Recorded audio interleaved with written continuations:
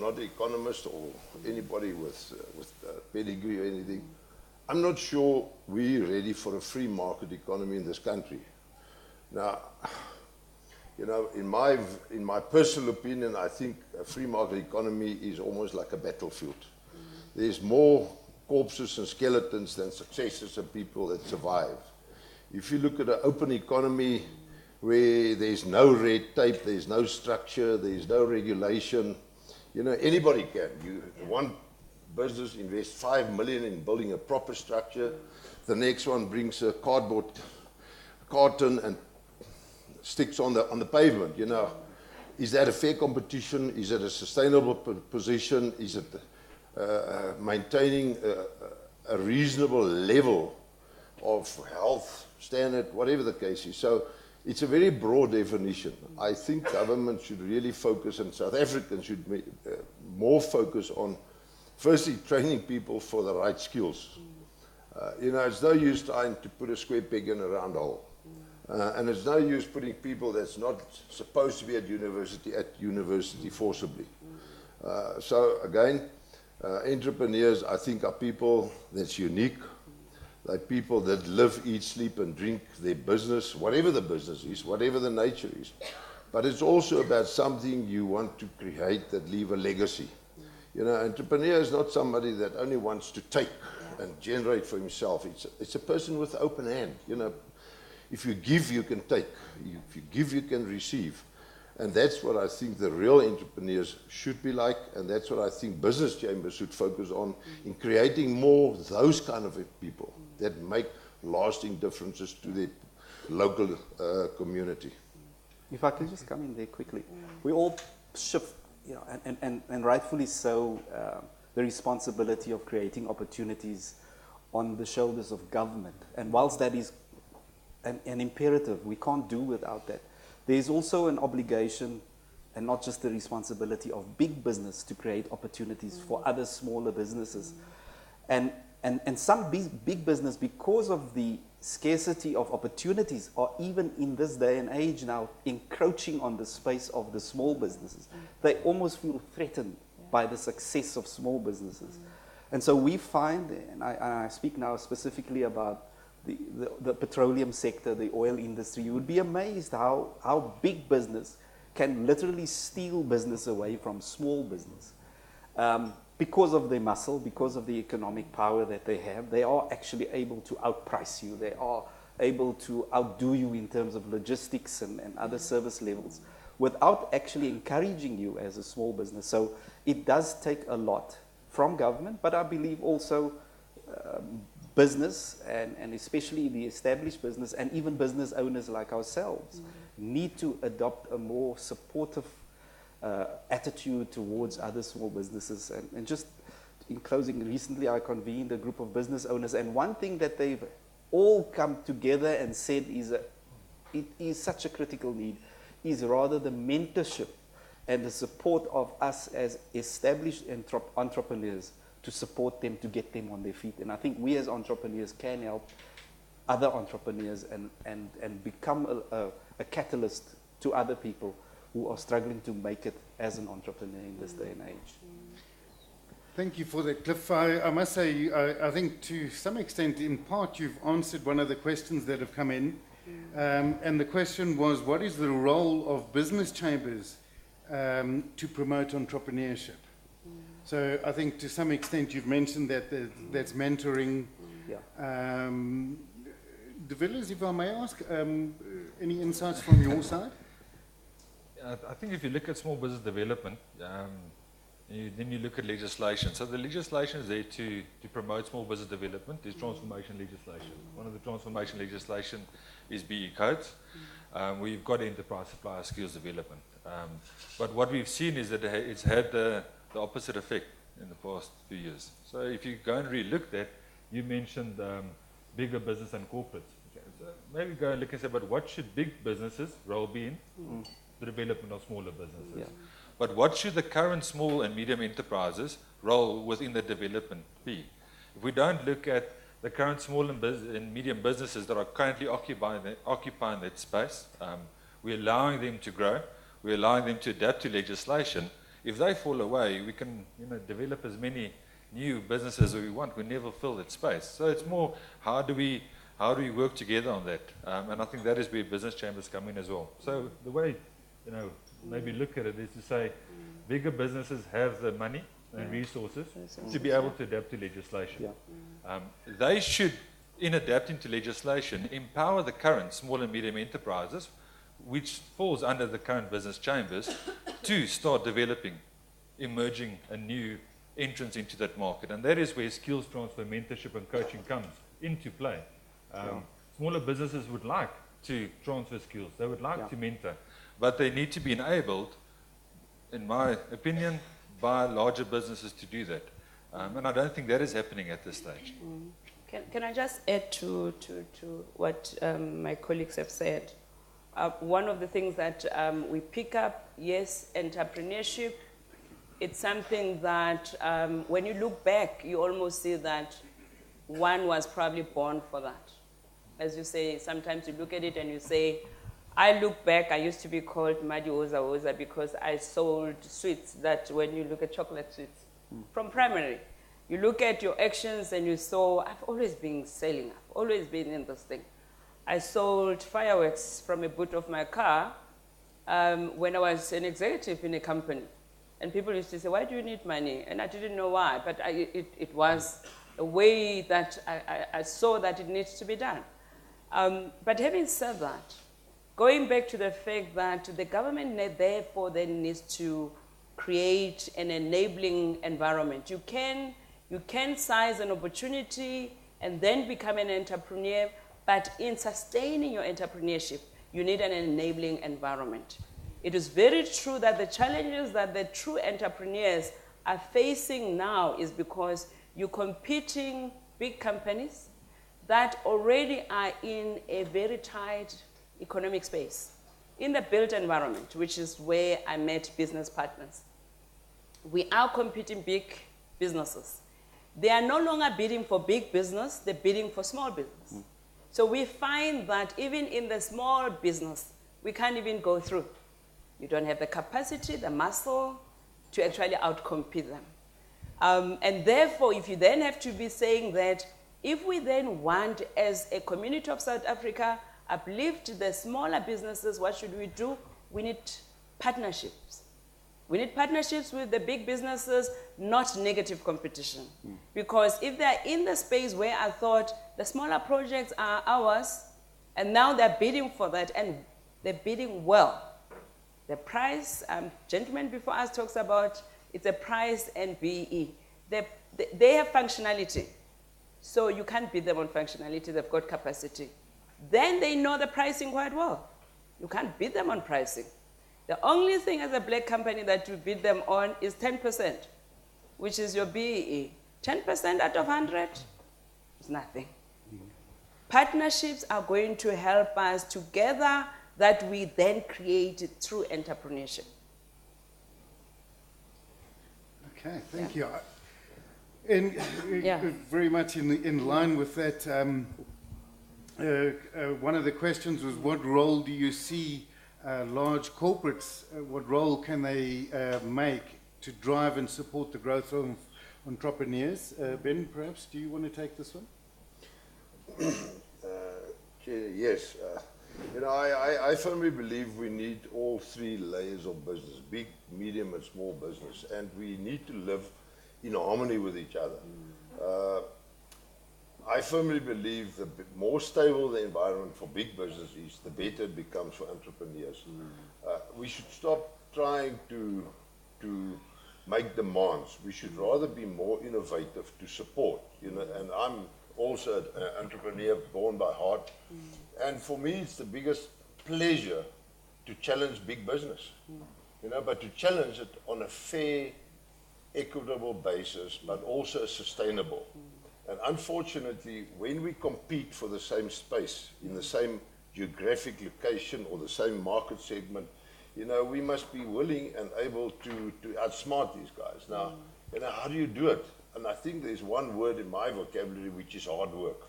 You know, entrepreneur don't work from 8 to 5. It's a way of living. 7 days a week, 365 days a year. and you must be able to provide better productivity, more innovation than big business. But there needs to be a harmonized environment. That's why I believe the previous question, where the role and function of a business chamber is fundamental. You know, if you cannot operate in silos. You know, in the rural areas, you need each other, and the community needs each other. So, you know, I think there's different roles for each of us, but we need to try and find a way that we work with each other. And I have to state that business chambers cannot be successful without big business. You know, a businessman, to participate as an entrepreneur in a business chamber, requires time and money.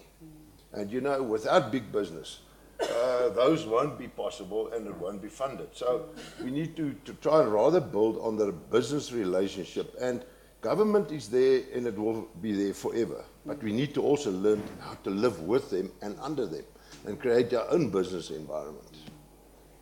And then back to the question of the youth, it seems to be quite a challenge in terms of how do we include the youth. And I remember when I was growing up, my parents said to me, I'm glad I don't live in the world that you're growing into, because, you know, there's so many challenges. And I suppose each generation could say that to the next generation.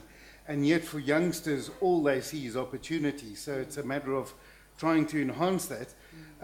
I'll throw this question open to the floor, because I think perhaps you're all parents. But the one question that came in is, how would one overcome the sense of entitlement that seems to be evident within the younger people of SA? Apparently, give them better parents is not the correct answer. So. I think it's, yeah. If one can instill in an individual a sense of self-value, self-worth, self-respect, the culture of entitlement then doesn't have any room or root to take place in that person. Because once you consider yourself to be somebody that can add value, that somebody that can create, somebody that can look after yourself or take care of yourself, the culture of entitlement is out by the window. The more pride you have in yourself, the less you will become dependent on others.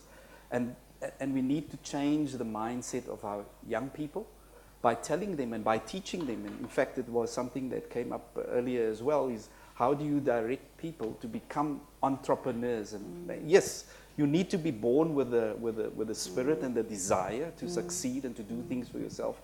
But you can also train people to become entrepreneurs. You can equip them better to become entrepreneurs. So we have to educate people in entrepreneurship. And I went to one of the schools and they said, speak as an entrepreneur. And many people didn't even know what it was. And I said, look at that man. Look at the shebeen owner. Look at the taxi owner. That's an entrepreneur. But they don't want to be like that. They want to be like the guy with all the gold chains and drives the fancy car who happens to be the drug dealer in the area. So we must teach our youngsters what an entrepreneur is, and also to, if they have the capacity in them, if they have the desire, then to equip them by changing our education system so that when they come out, they don't go and look for jobs, but they rather create jobs because they've been trained in entrepreneurship already at primary and at high and at tertiary school level. And just to your former question, how big business can help, and here also big business can help our youngsters. In big business, there are opportunities which are often outsourced to other established companies. I take something out of the oil industry specifically. We have a product there, it's called wax. It comes out of oil refining. What they generally do is they sell it to one of the big companies that make polishes, they make cosmetics, they make candles. So somebody said, why don't you guys go down into a little village, find a few molding machines and give the wax to the youngsters. Let them make candles, decorative, or it's something so simple. But the attitude in big business is not like that. You know, we want to get rid of it and we want to make as much money as possible. The youth doesn't even feature. So there's also a mindset that needs to change, is to say to them, create opportunities, create the space for young people to come into your market or into your space, by allowing some of your business that you're doing with other established business, by giving it to the young people and training them in little things like that. There are many other examples that I can mention, but that's just one of those simplest things to equip people to become an entrepreneur. I remember last year having met, I think it was in Bloemfontein when we were on the roadshow, having met some people from a school, and they have an Entrepreneurs Day in Bloemfontein. So I am going to ask this question. Please forgive my Afrikaans, but it's one of the first Afrikaans questions that's come through. So it's, moet ons nie reeds op skoolvlak entrepreneurs bevorder nie? De Villiers, would you care to? No, definitely. I think as you rightfully said as well, I think the youth of today, they're creative. They think out of the box. You've got technology playing a massive role. You don't need to know everything. You don't need to learn everything. You can find it on your phone. So storing information is not your main priority. Thinking out of the box and taking that information and plug it into a solution, that becomes the way of thinking. So, maybe if you currently look at the education system, maybe have a look at, how do you promote a different way of thinking? How do you promote a different way of looking at opportunities or challenges? And I think that way of thinking will lead to the youth looking at or being able to capitalize on opportunities. I think, and also with that, I think there's also youth would like mentorship. I think they value mentorship, they value guidance. But it's how to create an environment for them where they don't feel threatened, they don't like criticism. We joke about it a lot, but they like you to be able to mentor them and to guide them into a specific way of thinking. So how do you create that environment at a school level, but also within businesses to get the most out of the youth and get the most out of their creativity? Because I think for any business, potent youth can mean a lot. For any small business starting up, the energy and the creativity of youth can be extremely valuable. But how do we put ourselves in a position to be able to really optimally use that? Can I add from a black experience? And I need to do that because I'm looking at the audience that you have. I want to support the fact that it's a mindset. And why I'm saying that, I sit here being a product of 1976. So am And one will then say, but you are not like other blacks. I am a product of 1976. I come from the University of the North where boycotts was a daily bread for us. But I'm here now.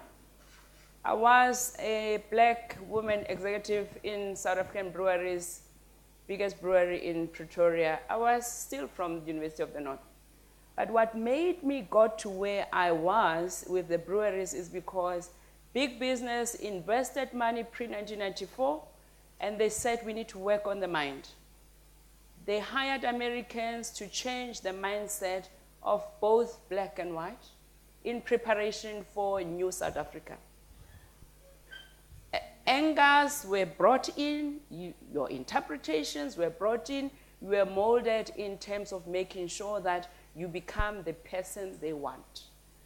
I then, when I was consulting, started a business, I said, it is unfortunate that our government will then expect the teachers of 1976, who had not gone through the same change process that we have gone to wake up one day and then say, I have now left the mentality I had. I'm now a new change person just because of a change from 1993 to 1994. It does not work like that. Our kids, our schools, our families, they need to work on the paradigm so that South Africa can benefit. And big business can help because they have the resources. If we are really interested in that, let's help our kids to do that. I can do it in my own home. I can tell my kids what to do, what not to do. I was saying to the partners having lunch, I said to my daughter one time when she was having friends from Alexander and they were doing funny things, and I looked around and I said, can I say you? I don't want to see them in my house. And then I said, no, because she's going to rebel. I said, make sure that they become better people because you are their friends, not the other way around.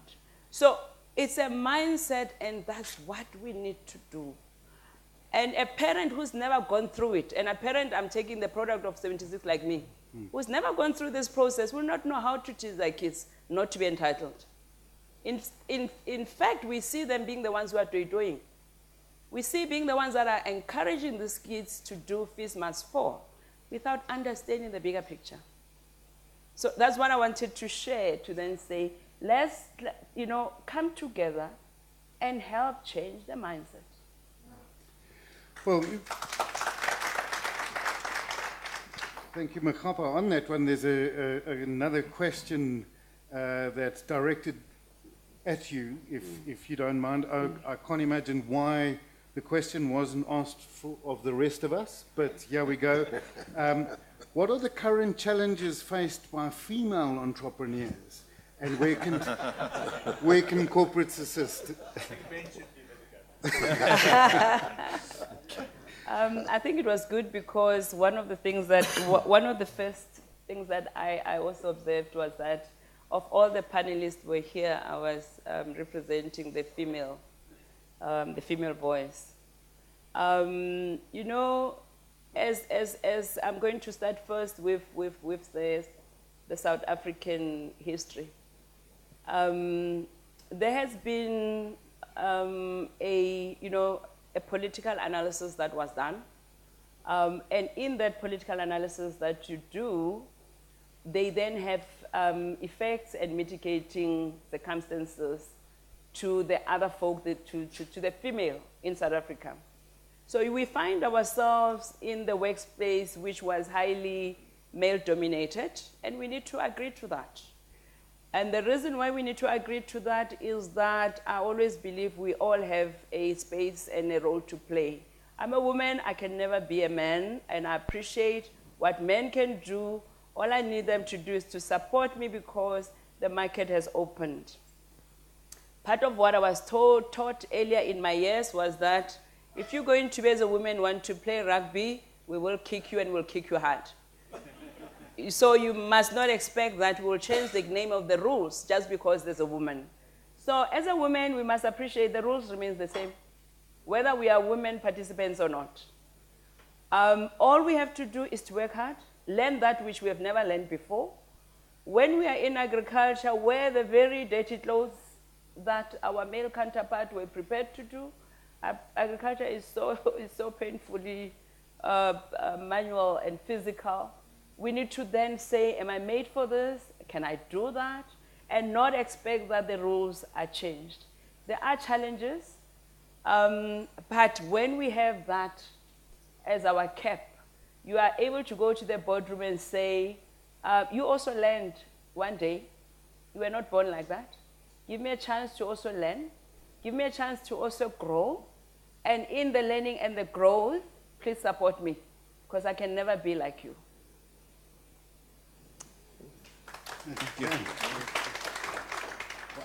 I must say, thank you very much for the questions that are coming through. There's some really good ones here. A quick one, perhaps, Ben, if you want to take this one. Only a small percentage of any society have people who can be, or have the attitude, the aptitude, can be entrepreneurs.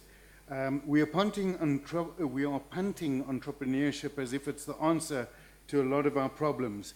Is this really so?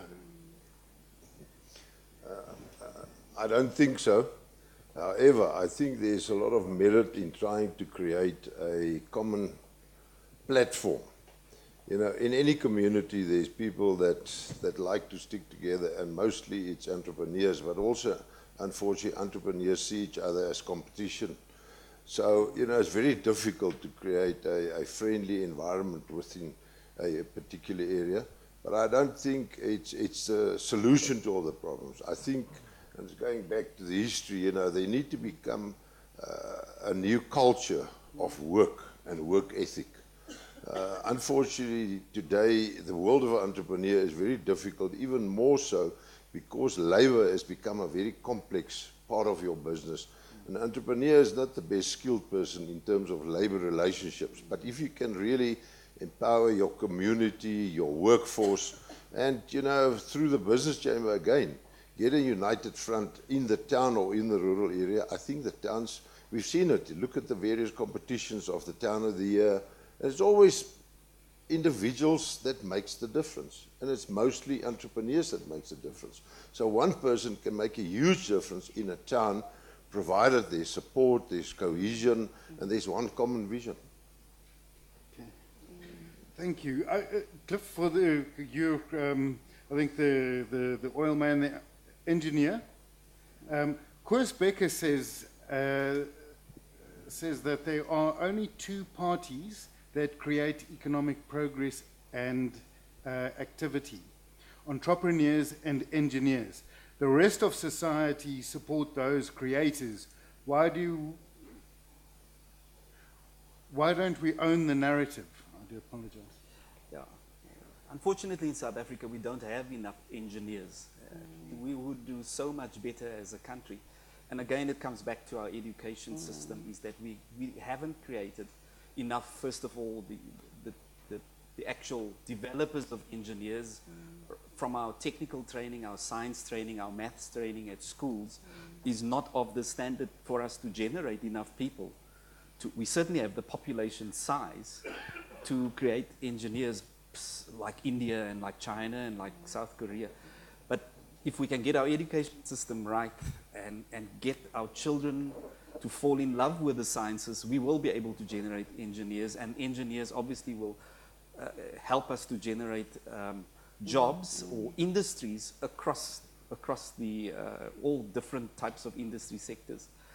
And then from a entrepreneur side, I believe that entrepreneurs are the actual biggest creators of new jobs in the economy. The established industries are actually downsizing. We constantly hear of job losses, of retrenchments and downsizing, whereas entrepreneurs are looking at increasing their business. They want to grow, and obviously they would like to employ more people. If the legal framework around the employment structures of our country is structured in such a way that it makes it easier for us to employ people, that it makes it easier for us to engage with people that want a job. Unfortunately, there's a disconnect there. We want to create more jobs as entrepreneurs, but you're actually wary of all of the red tape and the bureaucracy of employing people. My business was actually started because of foreign companies wanting to come into South Africa. They did not believe in going to big business. They wanted small guy that they say you can grow. And obviously one has to explain to them it's not so easy to grow in South Africa. First of all, you've got competition from the other big business, but also you have your challenges in terms of the employment side of our business. But it is interesting to know that in their countries, and this particular one South Korean company, they are structured in such a way that they must focus on the core business. Anything outside of their core business becomes an opportunity for entrepreneurs in their country. That's the mindset of those countries, and I'm speaking specifically of South Korea now. You as an oil company cannot go downstream. You must stick to your knitting. You can't go there, because that's an opportunity that government believes should be left in the hands of other people outside of your industry. And I think that's a wonderful example to have. It is interference, but I think in our state of our economy, we need such kinds of interventions in order to create the space for entrepreneurs. Thanks, Cliff. What you're describing there is the inclusive economy, I think, to some extent. De Villiers, you engage with various people on different levels and from different disciplines, walks of life, etc. So I think this question, if you don't mind fielding, I know Charles does a lot of work in this area, but the question is, how do we drive integration of business chambers into municipal management, planning and decision-making processes to boost the local economic development? Okay, so how does a business chambers get involved in local municipality to create a conducive environment for businesses to? Okay. Yes. Let's use a nice example. Last week we were, I think not last week, we were in Kirkwood, and I think you should ask them the question. I think they've done pretty well to organise themselves and to have a look at how do they engage with municipalities that are not doing or living up to the expectation or making it hard for businesses to thrive. I think that is a pertinent role from business chambers collectively to address. Don't see how it fits into the entrepreneurship side of things at this stage. But perhaps can I add to that? And that's also personal experience. I think that's where one of the biggest changes in mindset needs to occur, and that's from a government perspective. Unfortunately, politicians and business don't go together. Politicians think they own business and they own the towns, but it's exactly the opposite. And unfortunately, due to the lack of skills at local government, it's very difficult for business to get a framework and an environment where you can cooperate. Unfortunately, experience shows us, and my dear Premier is probably one of the biggest culprits in the Free State. If business comes to suggestions, politicians likes to hijack that and try and implement that, and 99% of them fail. So it's really ultimately about the relationships at the local level. And if you can get a competent person and get a relationship with your local council going, that business and council sits, whether it's the IDP, the SDF, and all those grand plans that they are drawing, to work together towards a certain goal, then I think you'll be able to achieve it. But at this point in time, my experience is 99% of the businesses or the local business in a local area are in competition with the local council. Okay. Yeah, that kind of process of that's a good idea of mine you've just had. That kind of thing. Perhaps the challenge is then showing them how to implement it as well. Again, back to the youth, we make heroes and role models out of sportsmen and women and celebrities, bling, etc. Everyone wants to be an idol. But why not entrepreneurs? Does the AHI have a provincial entrepreneur of the year and then a national AHI entrepreneur of the year? The question, I'm not sure. Perhaps council would like to field that one. There is a competition, but it's different levels. And I know Business Partners runs an Entrepreneur of the Year competition. The AHI runs a similar type of competition. But I don't think it's at the level it should be. And personally, I believe, we need to get our society to accept and to welcome and successful entrepreneurs. If you look at again, let's talk about the rural areas and the smaller towns. As soon as there is an entrepreneur that accelerates and he becomes a success, it's more an item for criticism in the social environment than praise. And I think entrepreneurs needs to be more accredited and recognized to the extent that they have brought new economic activity, employed people, invested money, and made a success. If you go today, unfortunately, if you go to a financial institution and you apply for a loan or finance, whatever, and then there's always, I think it's still there, what do they call it, employment or employed by, and you say entrepreneur, I think immediately see a red pen, no. There's insecurity. Whilst it should really be encouraging to say, yes, we need to invest in them. Yeah. So, I think it's something that we as an institution, organization needs to address and uplift the status and recognition of entrepreneurs. Can I also add to, going back to the question of how can business chambers work with government, especially at municipal level, and to a point where they support and change for the better in terms of the delivery. Part of what I saw, which is a personal experience, is that normally when we come from the private sector, we think everything in the public sector does not work and it's not right. Part of what we then need to do when we come from the private sector, we need to understand the government space.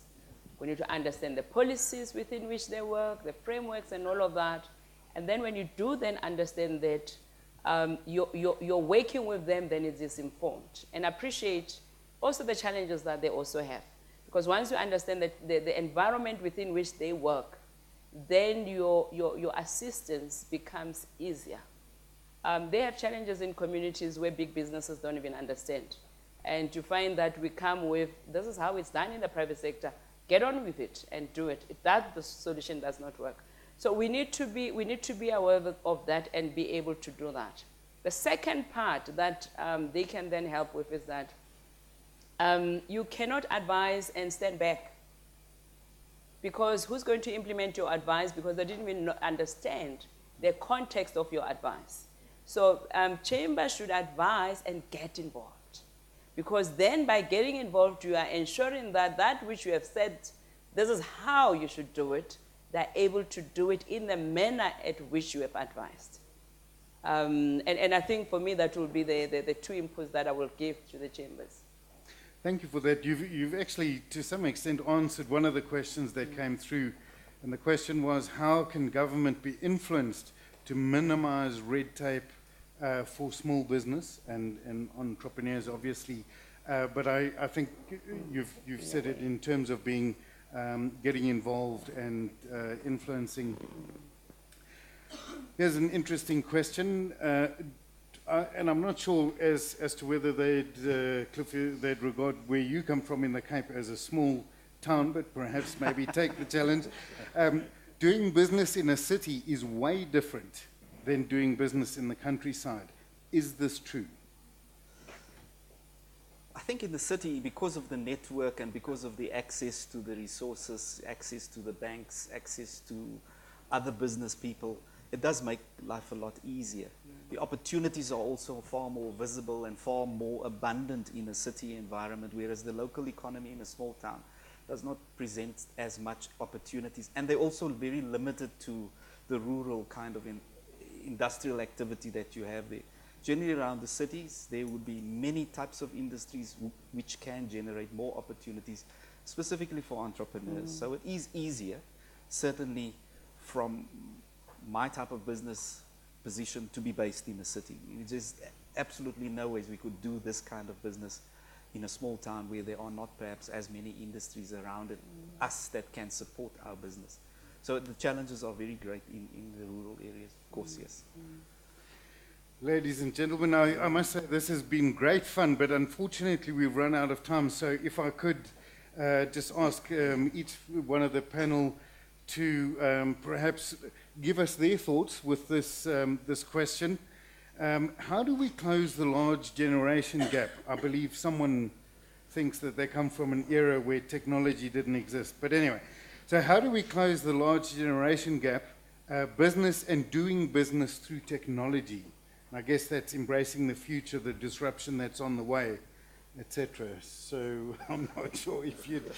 I keep giving you the difficult questions. But I think it's easy for me because I'm in the older generation. You know? So for us, it's time to get out of the business due to technology. But, you know, once again, I think it's horses for courses. You know, and listening to the previous question, it's a matter of choice. You know, ultimately, it depends on the nature of the business. But we, for instance, prefer to do business in the rural areas. But due to technology, you can almost run a virtual business from anywhere in the world, you know, and depending on the model. So, you know, I think there's a communication gap and a technology gap. And, you know, if I just look at my children and,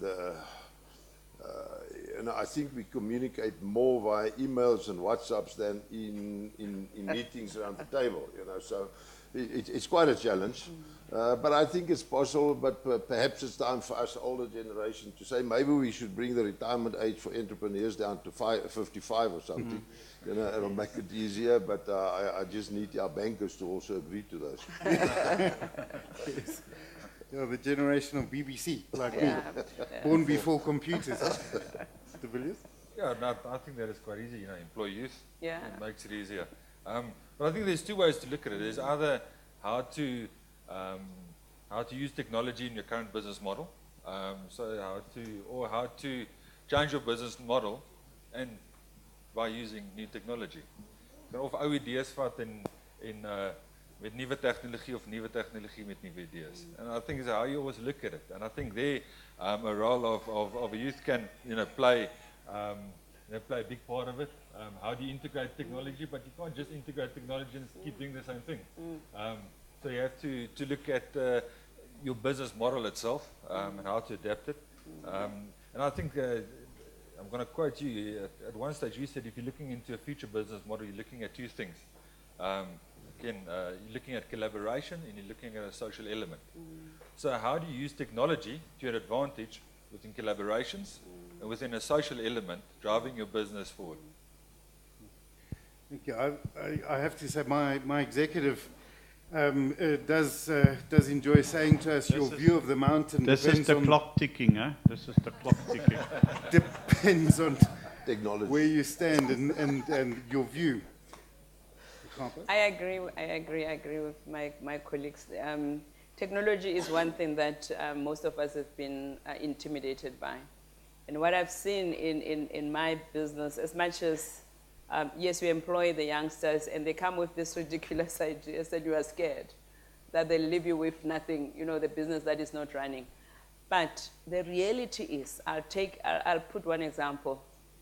Those who were in the recruitment space 5 years ago, they probably went out of business because your peanuts and all of that came in. They sized the opportunity of technology. They made sure that they've got their databases in their companies, send them direct to the clients. The young entrepreneur who was in the recruitment business, without that, the client didn't need to because they couldn't do it internally. So if we don't size the opportunity of technology, unfortunately, our businesses are going to be out. Okay. Oh, thank you. I think I have to agree with whatever was said before this. And technology, if used wisely, can be a great enhancement to one's business. But at the end, people still do business with people. Yeah. People want to do business and talk to people. And we must never forget that. Technology must never replace it. We embrace it where it is needed, but it should never supplant or replace that personal contact that you have with your client or your service provider.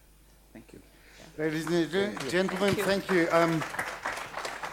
I hope you've enjoyed this as much as we have. Thank you very much. Okay, Thank you. Thank you.